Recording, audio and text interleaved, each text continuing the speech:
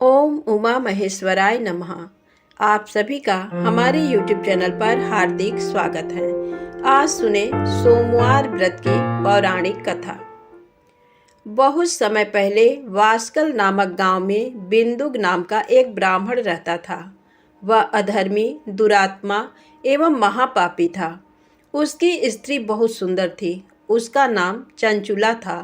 वह सदा उत्तम धर्म का पालन करती थी, परंतु बिंदुक वेश्यागामी था। इस तरह कुकर्म करते हुए बहुत समय व्यतीत हो गया। उसकी स्त्री काम से पीड़ित होने पर भी स्वधर्म नाश के भय से क्लेश सहकर भी काफी समय तक धर्म भ्रष्ट नहीं हुई, परंतु आगे चलकर वह भी अपने दुराचारी पति के आचरण से प्रभावित होकर दुराचारिणी और अपने धर्म से विमुख हो गई। इस तरह दुराचार में डूबे हुए उन पति पत्नी का बहुत सा समय व्यर्थ बीत गया। वेश्यागामी, दूषित बुद्धि वाला वह दुष्ट ब्राह्मण बिंदुक समयानुसार मृत्यु को प्राप्त हो नरक में चला गया। बहुत दिनों तक नरक के दुखों को भोग कर वह मूढ़ बुद्धि पापी विंध्य पर्वत पर भयंकर पिशाच हुआ। इधर उस दुराचारी बिंदुक के मर जाने पर वह चंचुला नामक स्त्री बहुत समय तक पुत्रों के साथ अपने घर में रहती रही। पति की मृत्यु के बाद वह भी अपने धर्म से गिरकर पर पुरुषों का संग करने लगी थी। सतियां विपत्ति में भी अपने धर्म का पालन करना नहीं छोड़ती। यही तो तप है। तप कठिन तो होता है, लेकिन इसका फल मीठा होता है। एक दिन दैव योग से किसी पुण्य पर्व के आने पर वह अपने भाई बंधुओं के साथ गोकर्ण क्षेत्र में गई। उसने तीर्थ के जल में स्नान किया एवं बंधुजनों के साथ यहाँ वहाँ घूमने लगी। घूमते घूमते वह एक देव मंदिर में गई। वहाँ उसने एक ब्राह्मण के मुख से भगवान शिव की परम पवित्र एवं मंगलकारी कथा सुनी। कथावाचक ब्राह्मण कह रहे थे कि जो स्त्रियां व्यभिचार करती हैं वे मरने के बाद जब यमलोक जाती हैं तब यमराज के दूत उन्हें तरह तरह से यंत्रणा देते हैं। वे उसके कामांगों को तप्त लौह दंडों से दागते हैं। तप्त लौह के पुरुष से उसका संसर्ग कराते हैं। ये सारे दंड इतनी वेदना देने वाले होते हैं कि जीव पुकार पुकार कर कहता है कि अब वह ऐसा नहीं करेगा, लेकिन यमदूत उसे छोड़ते नहीं। कर्मों का फल तो सभी को भोगना पड़ता है। देव, ऋषि, मनुष्य सभी इससे बंधे हुए हैं। ब्राह्मण के मुख से ये वैराग्य बढ़ाने वाली कथा सुनकर चंचुला भय से व्याकुल हो गई। कथा समाप्त होने पर सभी लोग वहां से चले गए। तब कथा बाँचने वाले ब्राह्मण देवता से चंचुला ने कहा, हे ब्राह्मण, धर्म को न जानने के कारण मेरे द्वारा बहुत बड़ा दुराचार हुआ है। स्वामी, मेरे ऊपर कृपा कर मेरा उद्धार कीजिए। आपके प्रवचन को सुनकर मुझे इस संसार से वैराग्य हो गया है। मुझ मूढ़ चित्त वाली पापिनी को धिक्कार है। मैं निंदा के योग्य हूँ। मैं बुरे विषयों में फंसकर अपने धर्म से विमुख हो गई थी। कौन मुझ जैसी कुमार्ग में मन लगाने वाली पापिनी का साथ देगा? जब यमदूत मेरे गले में फंदा डालकर मुझे बांधकर ले जाएंगे और नरक में मेरे शरीर के टुकड़े करेंगे, तब मैं कैसे उन महायातनाओं को सहन कर पाऊंगी? मैं सब प्रकार से नष्ट हो गई हूँ, क्योंकि अभी तक मैं हर तरह से पाप में डूबी रही हूँ। हे ब्राह्मण, आप मेरे गुरु हैं। आप ही मेरे माता पिता हैं। मैं आपके शरण में आई हूँ। मुझ अबला का अब आप ही उद्धार कीजिए। इस प्रकार विलाप करती हुई चंचुला ब्राह्मण देवता के चरणों में गिर पड़ी। तब ब्राह्मण ने उसे कृपा पूर्वक उठाया और इस प्रकार कहा, नारी, तुम सौभाग्यशाली हो जो भगवान शंकर की कृपा से तुमने वैराग्यपूर्ण ये कथा सुनी। कथा सुनकर समय से अपनी गलती का एहसास कर लिया है। तुम डरो मत और भगवान शिव की शरण में जाओ। उनकी परम कृपा से तुम्हारे सभी पाप नष्ट हो जाएंगे। मैं तुम्हें भगवान शिव की कथा सहित वह मार्ग बताऊंगा जिसके द्वारा तुम्हें सुख देने वाली उत्तम गति प्राप्त होगी। शिव कथा सुनने से तुम्हारी बुद्धि शुद्ध हो गई है और तुम्हें पश्चाताप हुआ है तथा मन में वैराग्य उत्पन्न हुआ है।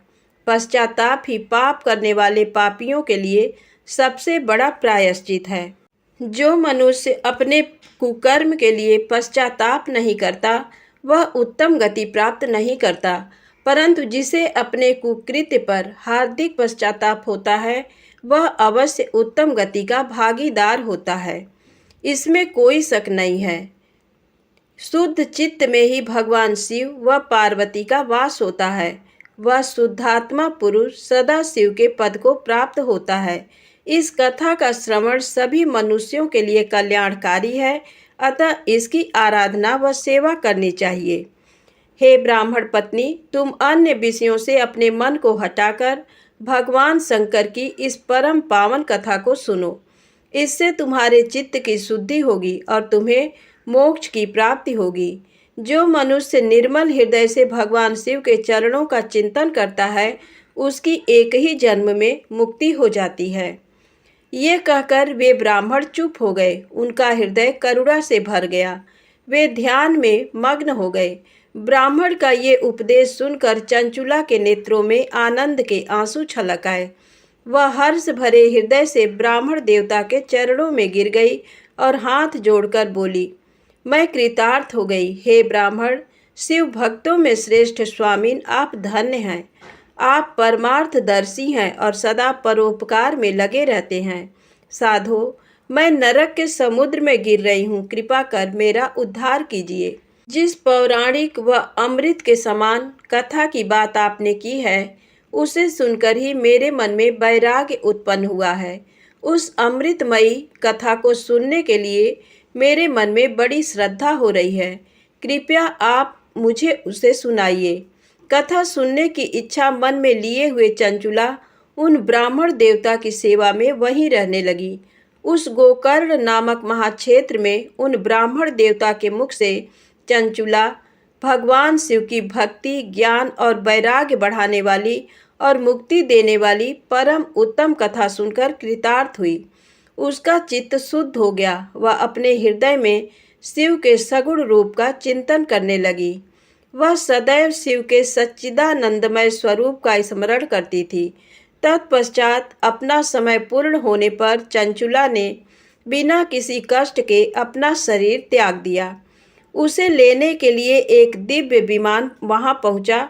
ये विमान शोभा साधनों से सजा था एवं शिवगणों से सुशोभित था। चंचुला विमान से शिवपुरी पहुंची। उसके सारे पाप धुल गए। वह दिव्यांगना हो गई। वह गौरांगी देवी मस्तक पर अर्धचंद्र का मुकुट व अन्य दिव्य आभूषण पहने शिवपुरी में पहुंची।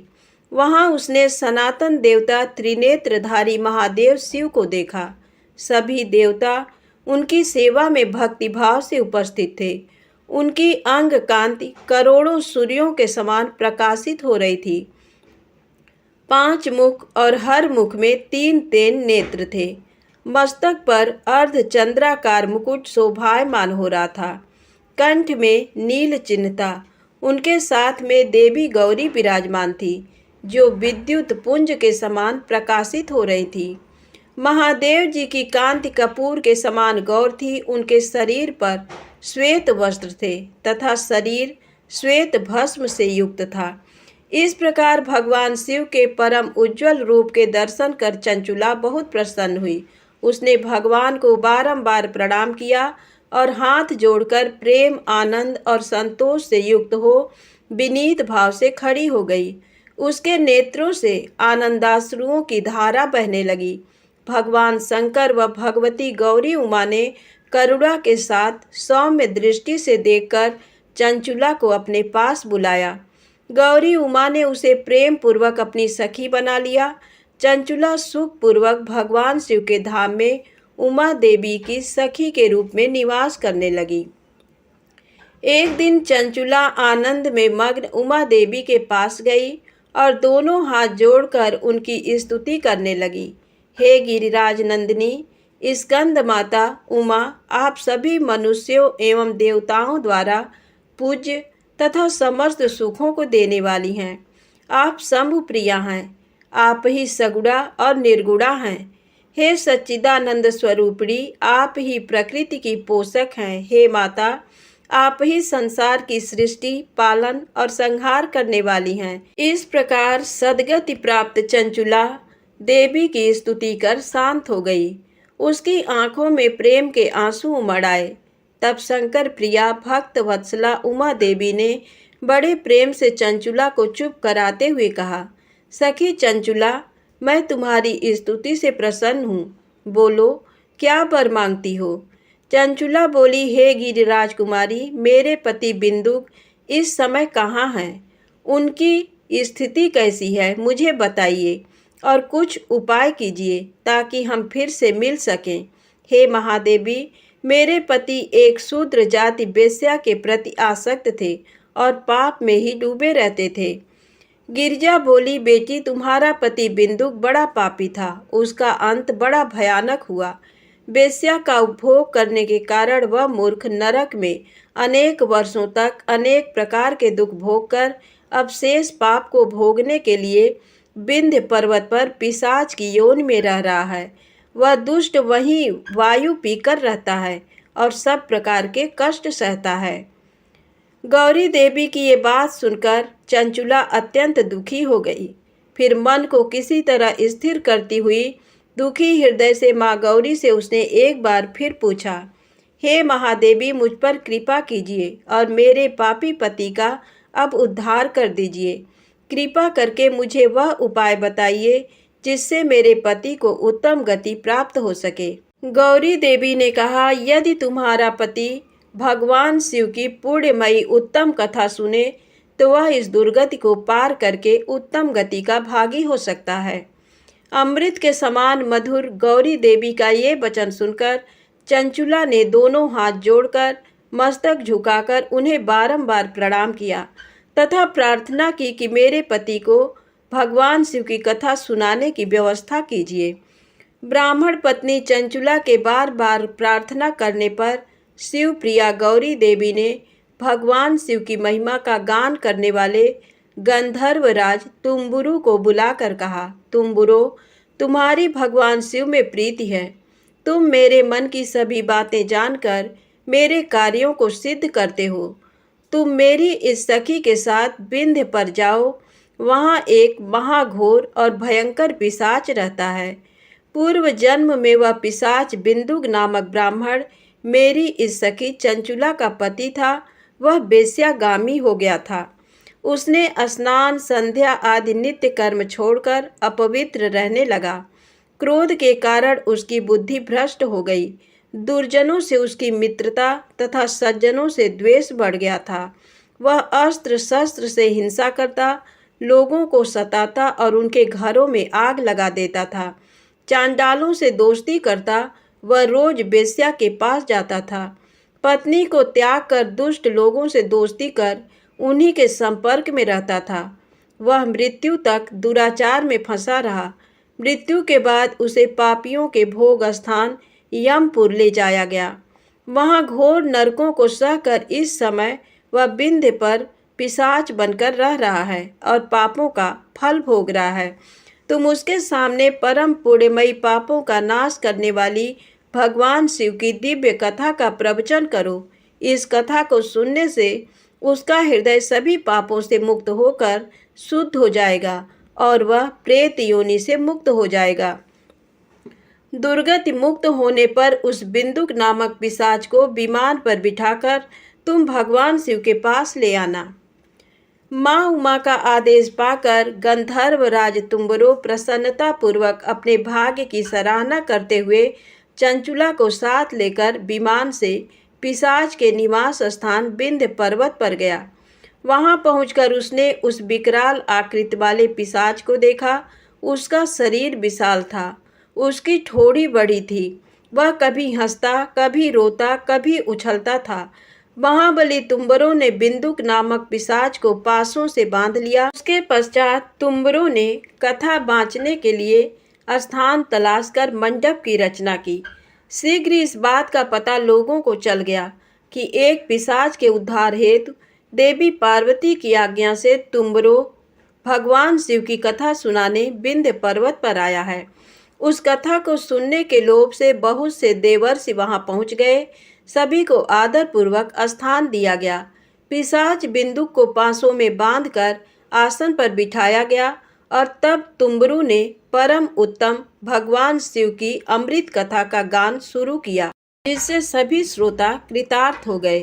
परम पुण्यमय कथा को सुनकर पिशाच सभी पापों से मुक्त हो गया और उसने पिशाच शरीर का त्याग कर दिया।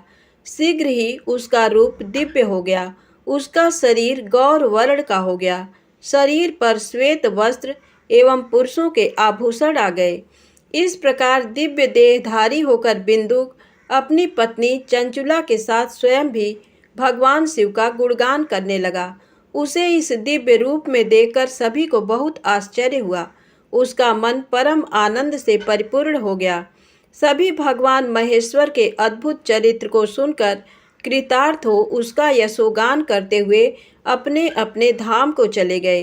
बिंदुक अपनी पत्नी चंचुला के साथ विमान में बैठकर शिवपुरी की ओर चल दिया। महेश्वर के गुणों का गान करता हुआ बिंदुक अपनी पत्नी चंचुला व तुम्बरू के साथ शीघ्र ही शिवधाम पहुंच गया। भगवान शिव व देवी पार्वती ने उसे अपना पार्षद बना लिया। दोनों पति पत्नी सुखपूर्वक भगवान महेश्वर एवं देवी गौरी के श्री चरणों में अविचल निवास पाकर धन्य हो गए। बोलो उमा महेश्वर भगवान की जय। एक समय की बात है, किसी नगर में एक साहूकार रहता था। उसके घर में धन की कोई कमी नहीं थी, लेकिन उसकी कोई संतान नहीं थी। इस कारण वह बहुत दुखी था। पुत्र प्राप्ति के लिए वह प्रत्येक सोमवार व्रत रखता था और पूरी श्रद्धा के साथ शिव मंदिर जाकर भगवान शिव और पार्वती जी की पूजा करता था। उसकी भक्ति देखकर एक दिन माँ पार्वती प्रसन्न हो गई और भगवान शिव से उस साहूकार की मनोकामना पूर्ण करने का आग्रह किया। पार्वती जी की इच्छा सुनकर भगवान शिव ने कहा कि हे पार्वती, इस संसार में हर प्राणी को उसके कर्मों का फल मिलता है और जिसके भाग्य में जो हो उसे भोगना ही पड़ता है। लेकिन पार्वती जी ने साहूकार की भक्ति का मान रखने के लिए उसकी मनोकामना पूर्ण करने की इच्छा जताई। माता पार्वती के आग्रह पर शिव जी ने साहूकार को पुत्र प्राप्ति का वरदान तो दिया, लेकिन साथ ही ये भी कहा कि उसके बालक की आयु केवल 12 वर्ष होगी। माता पार्वती और भगवान शिव की बातचीत को साहूकार सुन रहा था। उसे ना तो इस बात की खुशी थी और ना ही दुख। वह पहले की भांति शिव जी की पूजा करता रहा। कुछ समय के बाद साहूकार के घर एक पुत्र का जन्म हुआ। जब वो बालक 11 वर्ष का हुआ तो उसे पढ़ने के लिए काशी भेज दिया गया। साहूकार ने पुत्र के मामा को बुलाकर उसे बहुत सारा धन दिया और कहा कि तुम इस बालक को काशी विद्या प्राप्ति के लिए ले जाओ और मार्ग में यज्ञ कराना। जहाँ भी यज्ञ कराओ वहाँ ब्राह्मणों को भोजन कराते और दक्षिणा देते हुए जाना। दोनों मामा भांजे इसी तरह यज्ञ कराते और ब्राह्मणों को दान दक्षिणा देते काशी की ओर चल पड़े। रात में एक नगर पड़ा जहाँ नगर के राजा की कन्या का विवाह था, लेकिन जिस राजकुमार से उसका विवाह होने वाला था वह एक आंख से काना था। राजकुमार के पिता ने अपने पुत्र के काना होने की बात को छुपाने के लिए एक चाल सोची। साहूकार के पुत्र को देखकर उसके मन में एक विचार आया। उसने सोचा क्यों न इस लड़के को दूल्हा बनाकर राजकुमारी से विवाह करा दूं। विवाह के बाद इसको धन देकर विदा कर दूंगा और राजकुमारी को अपने नगर ले जाऊंगा। लड़के को दूल्हे के वस्त्र पहनाकर राजकुमारी से विवाह कर दिया गया। लेकिन साहूकार का पुत्र ईमानदार था। उसे ये बात न्याय संगत नहीं लगी। उसने अवसर पाकर राजकुमारी के चुन्नी के पल्ले पर लिखा कि तुम्हारा विवाह तो मेरे साथ हुआ है, लेकिन जिस राजकुमार के संग तुम्हें भेजा जाएगा वह एक आंख से काना है। मैं तो काशी पढ़ने जा रहा हूँ। जब राजकुमारी ने चुन्नी पर लिखी बातें पढ़ी तो उसने अपने माता पिता को ये बात बताई। राजा ने अपनी पुत्री को विदा नहीं किया, जिससे बारात वापस चली गई। दूसरी ओर साहूकार का लड़का और उसका मामा काशी पहुंचे और वहां जाकर उन्होंने यज्ञ किया। जिस दिन लड़के की आयु 12 साल की हुई उसी दिन यज्ञ रखा गया। लड़के ने अपने मामा से कहा कि मेरी तबीयत कुछ ठीक नहीं है। मामा ने कहा कि तुम अंदर जाकर सो जाओ। शिव जी के वरदान के अनुसार कुछ ही देर में उस बालक के प्राण निकल गए। मृत भांजे को देख उसके मामा ने विलाप शुरू किया। संयोगवश उसी समय शिव जी और माता पार्वती उधर से जा रहे थे। पार्वती ने भगवान से कहा, स्वामी, मुझे इसके रोने के स्वर सहन नहीं हो रहा है। आप इस व्यक्ति के कष्ट को अवश्य दूर करें। जब शिव जी मृत बालक के समीप गए तो वह बोले कि ये उसी साहूकार का पुत्र है जिसे मैंने 12 वर्ष की आयु का वरदान दिया। अब इसकी आयु पूरी हो चुकी है। लेकिन मातृभाव से विभोर माता पार्वती ने कहा कि हे महादेव, आप इस बालक को और आयु देने की कृपा करें, अन्यथा इसके वियोग में इसके माता पिता भी तड़प तड़प कर मर जाएंगे। माता पार्वती के आग्रह पर भगवान शिव ने उस लड़के को जीवित होने का वरदान दिया। शिव जी की कृपा से वह लड़का जीवित हो गया। शिक्षा समाप्त करके लड़का मामा के साथ अपने नगर की ओर चल दिया। दोनों चलते हुए उसी नगर में पहुंचे जहां उसका विवाह हुआ था। उस नगर में भी उन्होंने यज्ञ का आयोजन किया। उस लड़के के ससुर ने उसे पहचान लिया और महल में ले जाकर उसकी खातिरदारी की और अपनी पुत्री को विदा किया।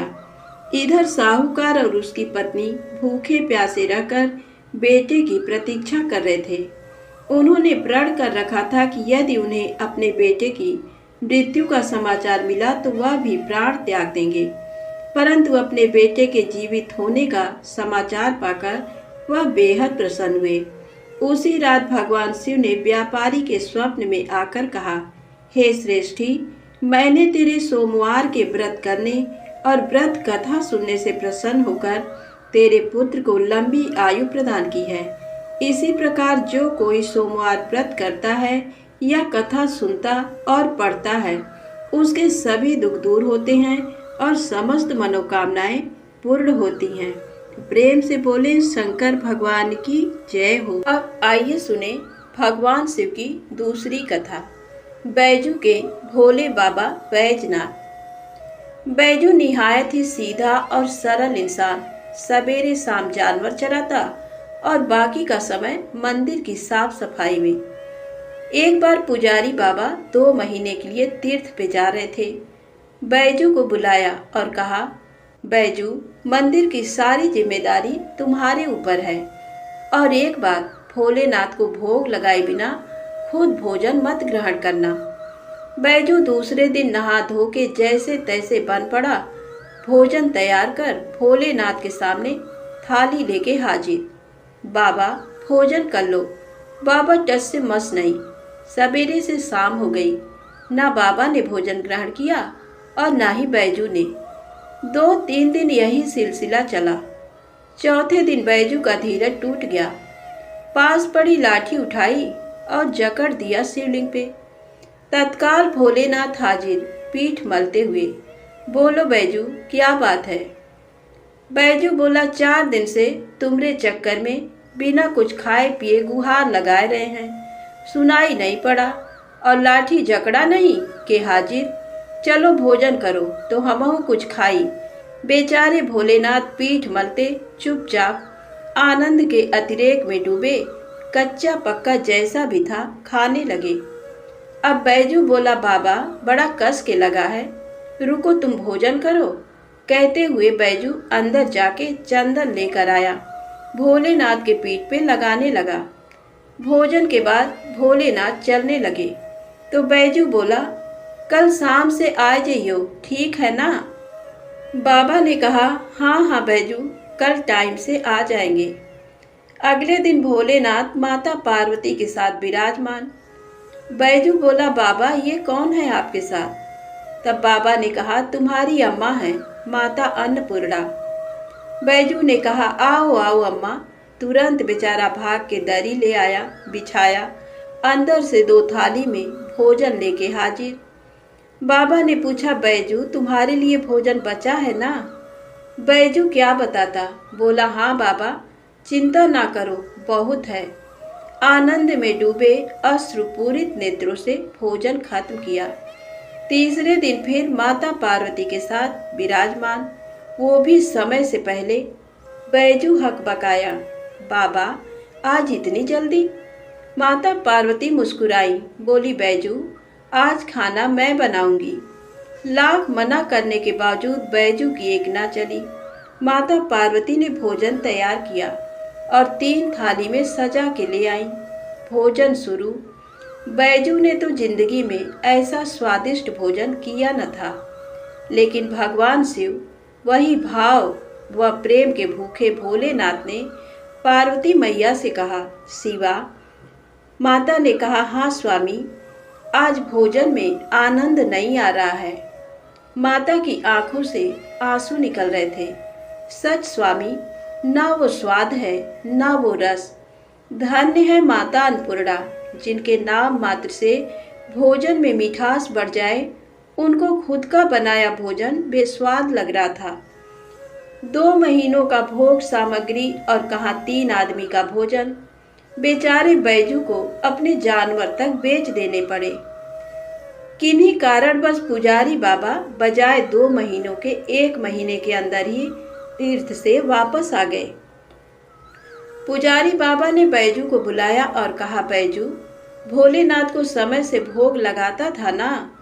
बैजू ने कहा, हाँ पुजारी बाबा, पर बाबा तुम तो कहत रहे हो कि वो अकेले आएंगे, पर वो तो माता अन्नपूर्णा के साथे आवत रहें और दोनों जने कस के भोजनों करत रहें।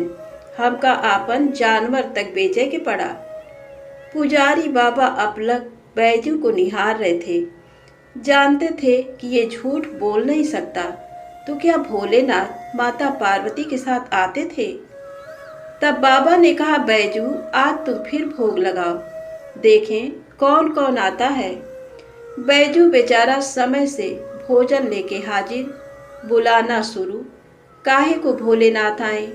बुलाते बुलाते थक गया, पर ना भोलेनाथ को आना था ना वो आए। बाबा बाबा, लाठी ना उठाऊंगा, चाहे तुम आओ या ना आओ, लाठी ना उठाऊंगा बाबा, लाठी ना उठाऊंगा। बस शिवलिंग पकड़ के रोए जा रहा था और यही बोल रहा था, बाबा लाठी ना उठाऊंगा। तभी अचानक आवाज आई, बैजू आंखें खोलो बैजू, हम आ गए, आंखें खोलो बैजू। सामने ही माता पार्वती और भोलेनाथ विराजमान थे। लिपट गया चरणों में, माँ बाबा, जो आज तुम न आते तो जान दे देता मैं अपनी। भोलेनाथ ने बैजू को हृदय से लगाया। बोले, बैजू बेमोल बिक गया तेरे हाथों में। सुन, आज से मुझसे पहले लोग तेरा नाम लेंगे, फिर मेरा। आगे बैजू, पीछे नाथ, बैजनाथ। तो प्रेम से बोले, बाबा बैजनाथ जी की जय हो। भगवान शिव माता पार्वती की तीसरी कहानी। एक बार माता पार्वती ने भगवान शिव से कहा कि प्रभु, मैंने पृथ्वी पर देखा है कि जो व्यक्ति पहले से ही अपने प्रारब्ध से दुखी है, आप उसे और ज्यादा दुख प्रदान करते हैं, और जो सुख में है आप उसे दुख नहीं देते हैं। भगवान ने इस बात को समझाने के लिए माता पार्वती को धरती पर चलने के लिए कहा और दोनों ने इंसानी रूप में पति पत्नी का रूप लिया और एक गांव के पास डेरा जमाया। शाम के समय भगवान ने माता पार्वती से कहा कि हम मनुष्य रूप में यहाँ आए हैं, इसलिए यहाँ के नियमों का पालन करते हुए हमें यहाँ भोजन करना होगा। इसलिए मैं भोजन की सामग्री की व्यवस्था करता हूँ, तब तक तुम भोजन बनाओ। जब भगवान के जाते ही माता पार्वती रसोई में चूल्हे को बनाने के लिए बाहर से ईंटें लेने गईं और गांव में कुछ जर्जर हो चुके मकानों से ईंटें लाकर चूल्हा तैयार कर दिया। चूल्हा तैयार होते ही भगवान वहां पर बिना कुछ लाए ही प्रकट हो गए। माता पार्वती ने उनसे कहा, आप तो कुछ लेकर नहीं आए, भोजन कैसे बनेगा? भगवान बोले, पार्वती अब तुम्हें इसकी जरूरत नहीं पड़ेगी। भगवान ने माता पार्वती से पूछा कि तुम चूल्हा बनाने के लिए इन ईंटों को कहाँ से लेकर आई? तो माता पार्वती ने कहा, प्रभु इस गांव में बहुत से ऐसे घर भी हैं जिनका रखरखाव सही ढंग से नहीं हो रहा है। उनकी जर्जर हो चुकी दीवारों से मैं ईंटें निकाल कर ले आई। भगवान ने फिर कहा, जो घर पहले से खराब थे तुमने उन्हें और खराब कर दिया। तुम ईंटें उन सही घरों की दीवार से भी तो ला सकती थी। तब माता पार्वती बोली, प्रभु, उन घरों में रहने वाले लोगों ने उनका रखरखाव बहुत सही तरीके से किया है और वो घर सुंदर भी लग रहे हैं। ऐसे में उनकी सुंदरता को बिगाड़ना उचित नहीं होता। भगवान बोले, पार्वती, यही तुम्हारे द्वारा पूछे गए प्रश्न का उत्तर है। जिन लोगों ने अपने घर का रखरखाव अच्छी तरह से किया है, यानी सही कर्मों से अपने जीवन को सुंदर बना रखा है, उन लोगों को दुख कैसे हो सकता है। मनुष्य के जीवन में जो भी सुखी है वो अपने कर्मों के द्वारा सुखी है और जो दुखी है वो अपने कर्मों के द्वारा दुखी है। इसलिए हर एक मनुष्य को अपने जीवन में ऐसे ही कर्म करने चाहिए कि जिससे इतनी मजबूत व खूबसूरत इमारत खड़ी हो जाए, कभी भी कोई भी उसकी एक ईंट भी निकालने ना पाए। प्रेम से बोले, शंकर भगवान की जय हो। आइए सुने गणेश जी की कहानी। एक गांव था जिसमें एक सेठ जी अपने परिवार के साथ रहते थे। सेठ जी का गांव के पास के ही शहर में बड़ा व्यापार था। सेठ जी गणेश जी की पूजा श्रद्धा एवं विश्वास से करते थे, जिससे सेठ जी के घर में अन्न धन के भंडार सदैव ही भरे रहते थे। उनके जीवन में किसी भी प्रकार की कोई कमी नहीं थी। नित्य प्रतिदिन नियम अनुसार रोज वो नदी पर नहाने जाते और आकर गणेश जी की पूजा करते, उन्हें भोग लगाते, फिर स्वयं भोजन करते थे। ये बात सेठानी जी को अच्छी नहीं लगती थी। वो धार्मिक नहीं थी और ईश्वर में इतना विश्वास नहीं रखती थी। एक बार सेठानी जी ने सोचा कि ये इतना गणेश जी को मानते हैं, गणेश जी की पूजा करते हैं, इससे होता क्या है। आज तो देखती हूँ वो कैसे गणेश जी की पूजा करते हैं। अगले दिन जब सेठ जी नदी पर नहाने जाते हैं तो सेठानी जी गणेश जी की मूर्ति को उठाकर मूर्ति को कपड़े से ढककर बगीचे में जमीन में दबा देती हैं। जब सेठ जी नदी पर से नहाकर घर आते हैं और देखते हैं कि गणेश जी की मूर्ति तो मंदिर में नहीं है, तो वो सेठानी से पूछते हैं, गणेश जी की मूर्ति मंदिर में नहीं है, कहाँ गई। तो सेठानी जी बोलती है, मुझे नहीं मालूम, मूर्ति को घर में बहुत ढूंढते हैं उस दिन, क्योंकि वो गणेश जी को भोग नहीं लगा पाए थे। इसके लिए सेठ जी ने अन्न जल का भी त्याग कर दिया और गणेश जी से प्रार्थना करने लगे कि हे प्रभु, लगता है आप मुझसे रुष्ट हो गए हो और कहीं चले गए हो। आप अपनी कृपा दृष्टि मुझ पर बरसाइए, प्रभु मुझे दर्शन दीजिए। सेठ जी ने मन ही मन सोचा कि अब से जब तक आप मुझे मिल नहीं जाते, मुझे दर्शन नहीं दे देते, तब तक मैं अन्न जल का त्याग करता हूँ। वो दिन पूरा निकल गया। रात्रि में सेठ जी की भक्ति से प्रसन्न होकर गणेश जी भगवान ने स्वप्न में भगवान एक छोटे से चूहे के साथ खेल रहे होते हैं और चूहे को खाने को लड्डू देते हैं। चूहा लड्डू लेकर बगीचे में जाता है और जमीन को खोदता है और लड्डू वहीं डाल देता है। अचानक सेठ जी की नींद खुल जाती है। सेठ जी बगीचे में जाते हैं और वहीं खोदते हैं जहां उन्होंने सपने में देखा था, और वहीं से उनको थोड़ी सी जमीन खोदने पर कपड़े में लिपटे हुए गणेश जी की मूर्ति मिलती है। सेठ जी गणेश जी की मूर्ति की पूजा करके उनको यथास्थान स्थापित करते हैं और सेठानी के पूछने पर सारा वृत्तांत उन्हें सच सच बताते हैं। बात को जानकर सेठानी जी को आश्चर्य होता है और सेठानी जी मन ही मन श्रद्धा एवं विश्वास से गणेश जी भगवान की भक्त बन जाती हैं और सेठ जी से कहती हैं कि मुझसे बड़ा भारी अपराध हो गया है। अब हम दोनों पति पत्नी प्रेम सहित गणेश जी भगवान की आराधना करेंगे एवं उनकी पूजा में कभी कोई कमी नहीं आने देंगे। ये सुनकर सेठ जी अत्यधिक प्रसन्न हो जाते हैं और दोनों पति पत्नी गणेश जी भगवान को धन्यवाद करते हैं।